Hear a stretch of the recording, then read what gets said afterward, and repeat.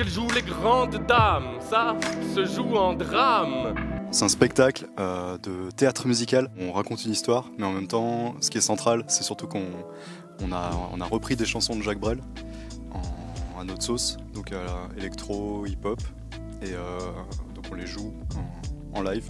Et on essaie de raconter une histoire autour de ça.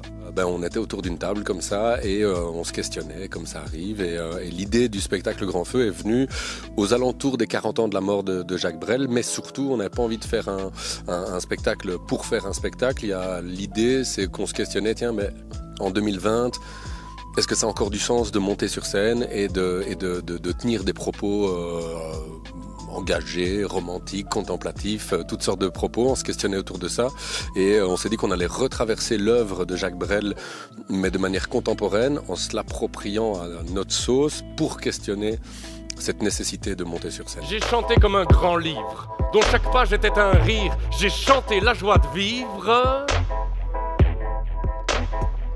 en attendant celle de mourir. À la base, ce qui était certain qui serait présent dans le spectacle, c'est des contrôleurs MIDI. Donc comme il y en a deux en fait, il y en a un là, il y en a un là, c'est les mêmes. Et moi c'est avec ça que je joue le plus de musique, quoi. C'est ce qui permet de jouer de l'électro en live, ce qu'un piano permet pas vraiment. Et le piano, c'était au début c'était limite un élément de décor comme ça. Il a vite été là sur le plateau quand on était en création, mais on savait pas trop pourquoi.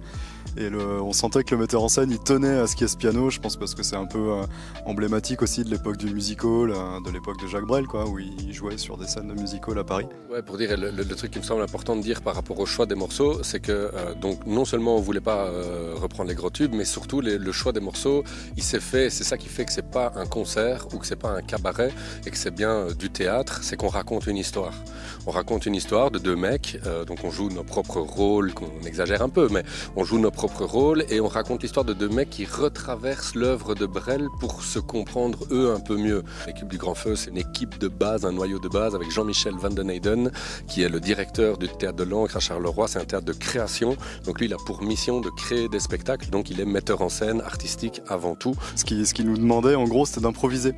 Donc les morceaux étaient là, on a commencé par les morceaux étaient faits, et puis il a mis ce canapé, on s'est assis dans le canapé, il a dit bah maintenant les gars, improvisez. Et nous, on n'a pas une formation de comédien, donc on était un peu pris au dépourvu. Mais pendant ce temps, Jean-Michel qui était assis là, lui, il prenait ses petites notes. Et en fait, un jour, il nous a dit, bah voilà, le spectacle c'est ça, quoi. Donc cette blague-là, ce truc-là que t'as dit, ça, on va garder ça. Le truc est assez précis, quoi. Donc il y a vraiment une mise en scène. On n'improvise presque plus là, maintenant dans l'état où c'est, quoi. Le spectacle Grand Feu, on vise évidemment pas de public cible. C'est de 7 à 77 ans et même de 3 à 93 ans. Il n'y a aucun souci. Par contre, on avait une envie particulière, c'est de faire connaître le rap aux fans de Jacques Brel et de faire connaître Jacques Brel aux fans de rap.